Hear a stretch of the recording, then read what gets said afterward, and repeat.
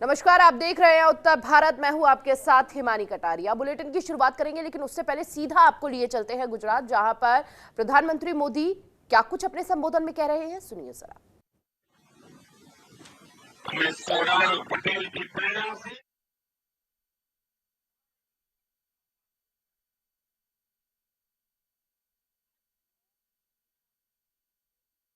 भारत की एकता और अखंडता के शिल्पकार सरदार वल्लभ भाई पटेल की जयंती के अवसर पर संबोधन देते हुए नजर आ रहे हैं। और 2 दिवसीय दौरे पर प्रधानमंत्री मोदी गुजरात के हैं और साथ ही साथ ये दौरा उनका कई मायनों में खास माना जा रहा है, क्योंकि आज सरदार वल्लभ भाई पटेल की जयंती भी है और इस मौके पर प्रधानमंत्री मोदी का ये दूसरा दिन है गुजरात के अंदर। अपने संबोधन की शुरुआत जो है वो भारत की एकता और अखंडता के शिल्पकार सरदार वल्लभ भाई पटेल के किए गए कार्य, उनके मार्गदर्शनों को याद करते हुए कर रहे हैं। तो ये तस्वीरें आपको दिखा रहे हैं। 2 दिवसीय गुजरात दौरे पर है प्रधानमंत्री मोदी और कई कार्यक्रम प्रधानमंत्री मोदी के एक एक कर सब में शामिल होते हुए प्रधानमंत्री मोदी नजर आ रहे हैं। और साथ ही साथ करोड़ों की सौगात जो है वो आज देते हुए प्रधानमंत्री मोदी नजर आएंगे गुजरात के अंदर।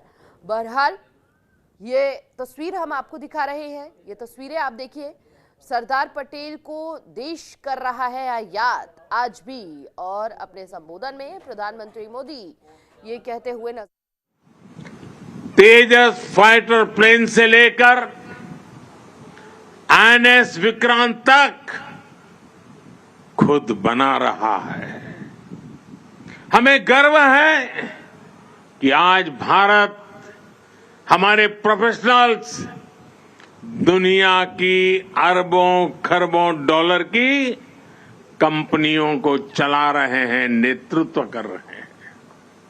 हमें गर्व है कि आज दुनिया के बड़े बड़े स्पोर्ट्स इवेंट्स में तिरंगे की शान लगातार बढ़ रही है।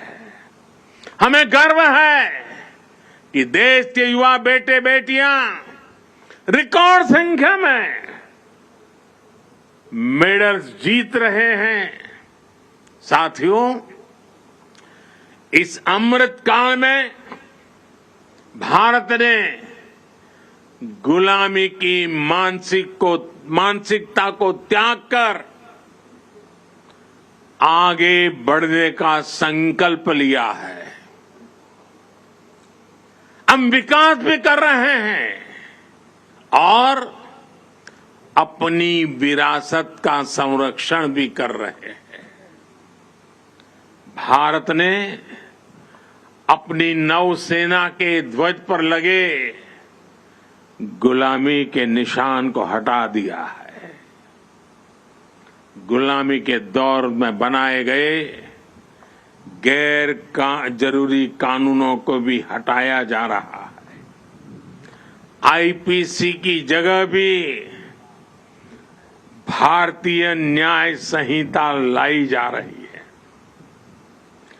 इंडिया गेट पर जहां कभी विदेशी सत्ता के प्रतिनिधि की प्रतिमा थी, अब नेताजी सुभाष की प्रतिमा हमें प्रेरणा दे रही है।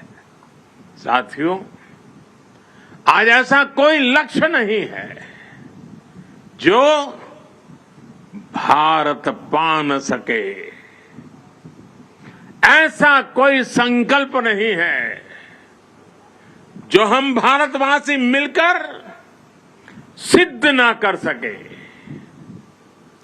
बीते 9 वर्षों में देश ने देखा है कि जब सबका प्रयास होता है तो असंभव कुछ भी नहीं होता है। किसने सोचा था कि कभी कश्मीर आर्टिकल 370 से मुक्त भी हो सकता है। लेकिन आज कश्मीर और देश के बीच आर्टिकल 370 की वो दीवार गिर चुकी है। सरदार साहब जहां भी होंगे सबसे ज्यादा प्रसन्नता अनुभव करते होंगे और हम सबको आशीर्वाद देते होंगे। आज कश्मीर के मेरे भाई बहन आतंकवाद के साए से बाहर आकर खुली हवा में सांस ले रहे हैं, देश के विकास में कदम से कदम मिलाकर चल रहे हैं। यहां जो मेरे एक तरफ सरदार सरोवर बांध है, वो भी 5-6 दशक से लटका हुआ था। सबके प्रयास से इस बांध का काम भी बीते कुछ ही वर्षों में पूरा हुआ है। साथियों, संकल्प से सिद्धि का एक बहुत बड़ा उदाहरण हमारा ये एकता नगर भी है। 10-15 वर्ष पहले किसी ने सोचा भी नहीं था कि केवड़िया इतना बदल जाएगा। आज एकता नगर की पहचान ग्लोबल ग्रीन सिटी के तौर पर हो रही है। यही वो शहर है जहां से दुनिया भर के देशों का ध्यान खींचने वाले मिशन लाइफ की शुरुआत हुई थी। जब भी मैं यहां आता हूं, इसका आकर्षण और बढ़ा हुआ दिखता हूं। रिवर राफ्टिंग, एकता क्रूज, एकता नर्सरी, एकता मॉल, आरोग्य वन, कैक्टस और बटरफ्लाई गार्डन, जंगल सफारी, मियावाकी फॉरेस्ट, मेज गार्डन, यहां पर्यटकों को बहुत आकर्षित कर रहे हैं।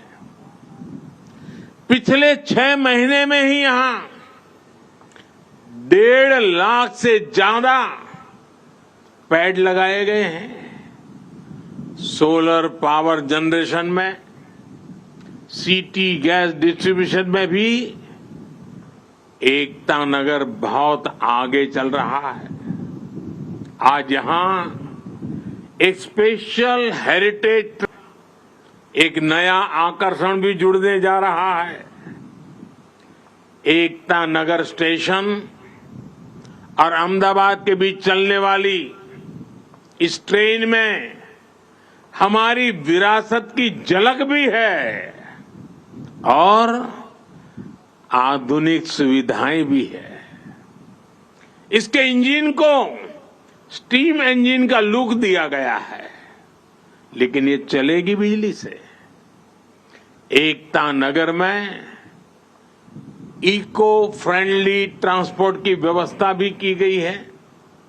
अब यहां पर्यटकों को ई बस, ई गोल्फ कार्ट और ई साइकिल के साथ पब्लिक बाइक शेयरिंग सिस्टम की सुविधा भी मिलेगी।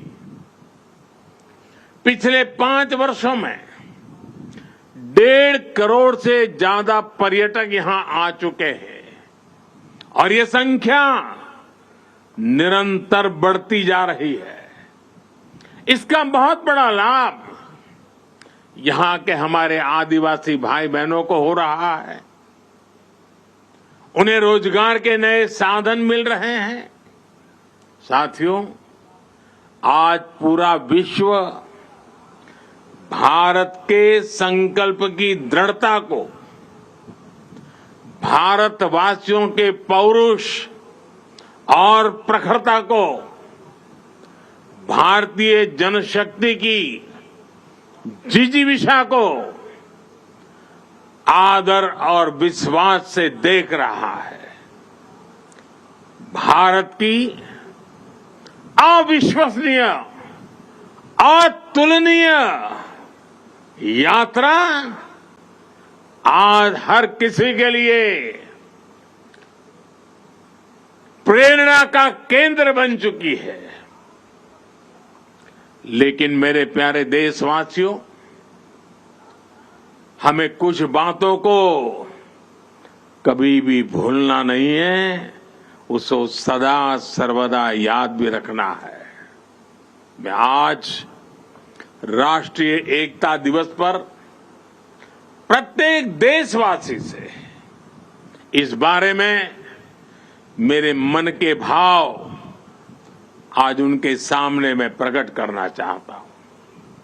आज पूरी दुनिया में उथल पुथल मची हुई है।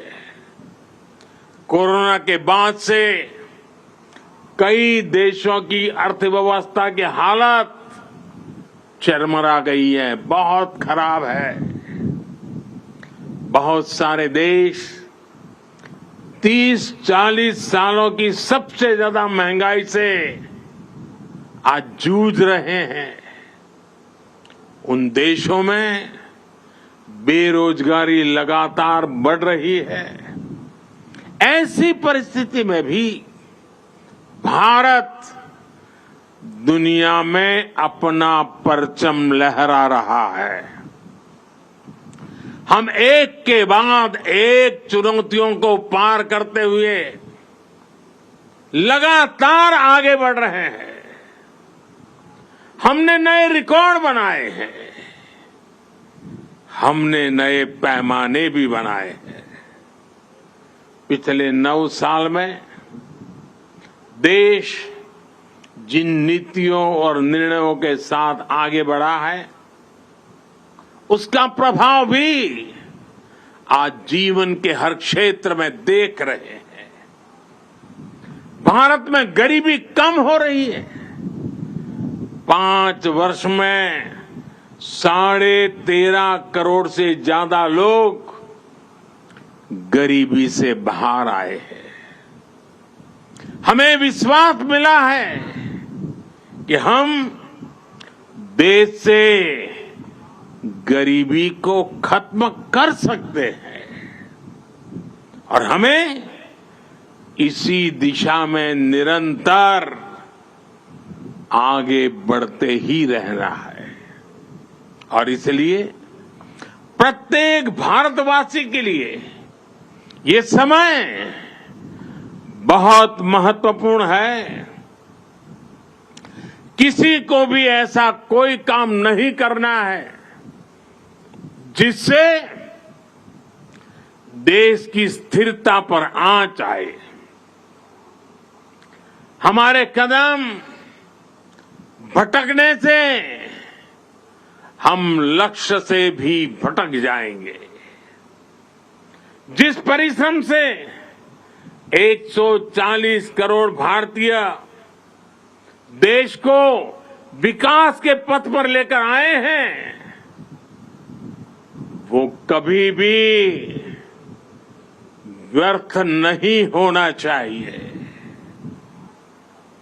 हमें भविष्य को ध्यान में रखना है और अपने संकल्पों पर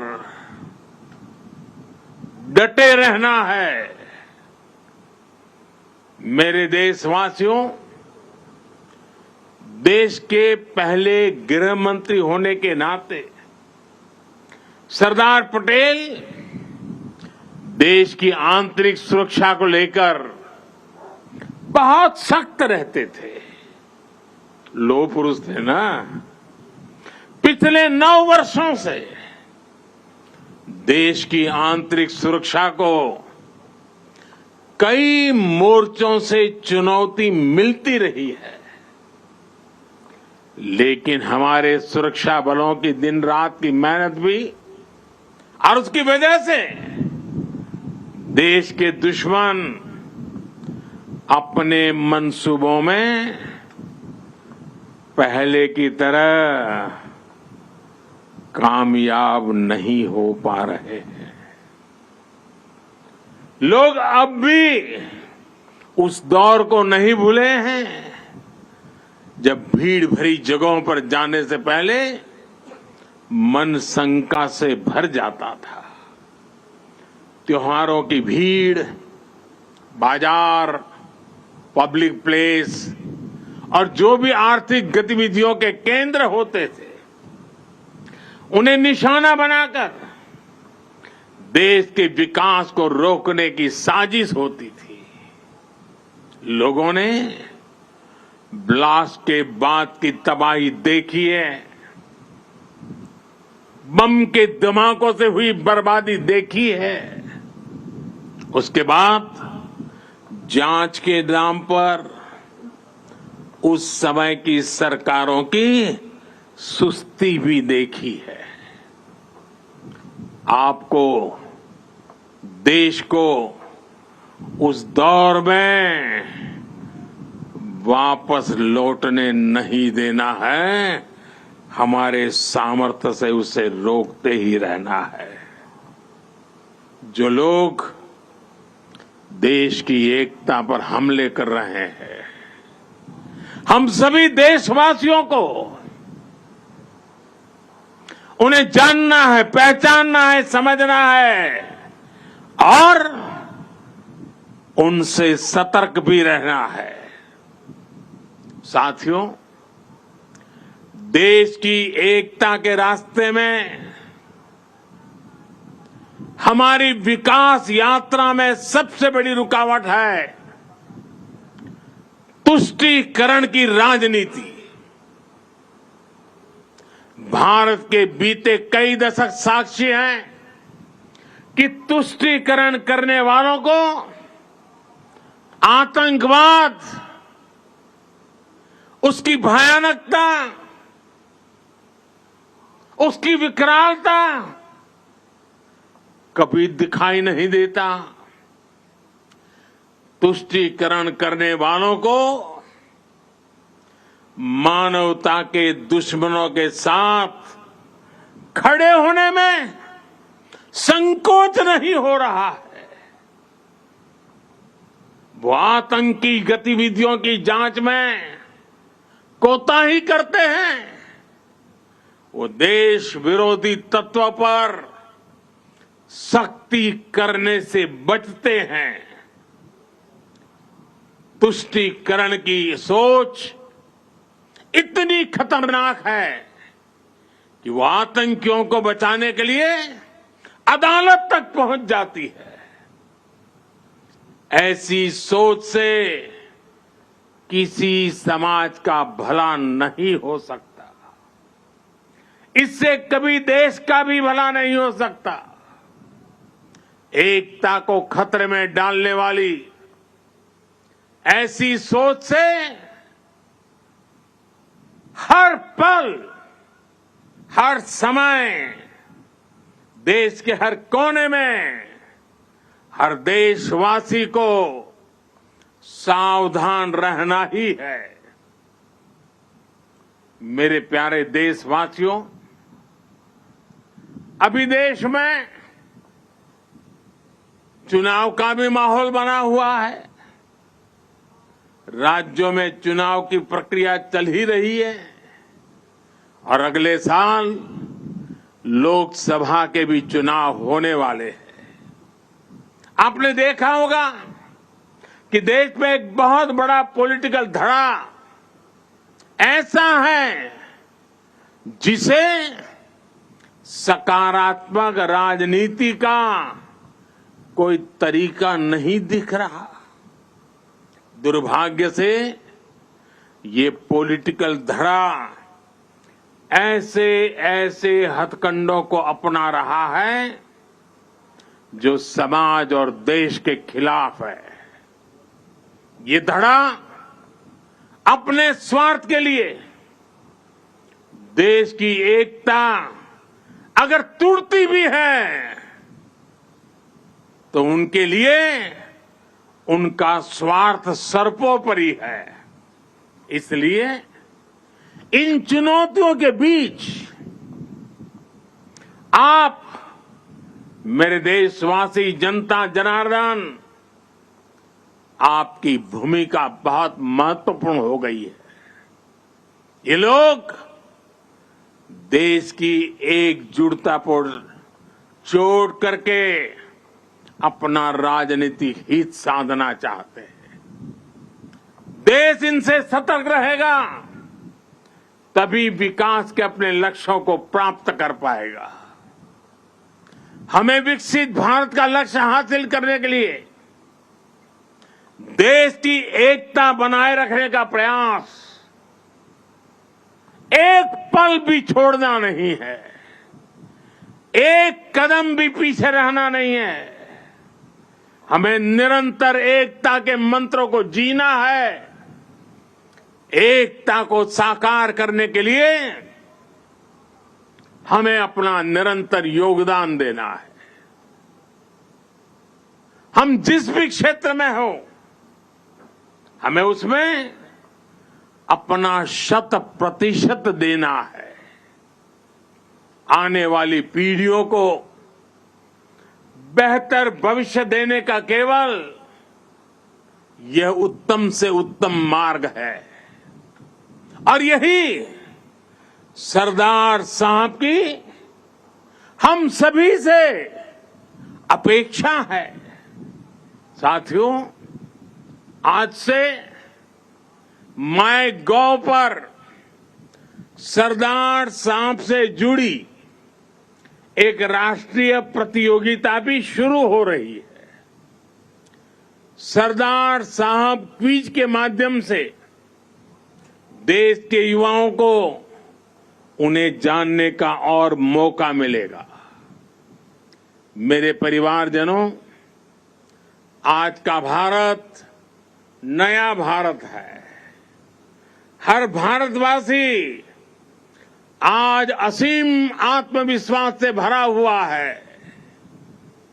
हमें सुनिश्चित करना है कि आत्मविश्वास बना भी रहे और देश बढ़ता भी रहे। ये भाव बना रहे, ये भव्यता बनी रहे। इसी के साथ मैं एक बार फिर आदरणीय सरदार पटेल को 140 करोड़ देशवासियों की तरफ से विनम्र श्रद्धांजलि देता हूं। हम सब राष्ट्रीय एकता के इस राष्ट्र उत्सव को पूरे उत्साह से मनाएं।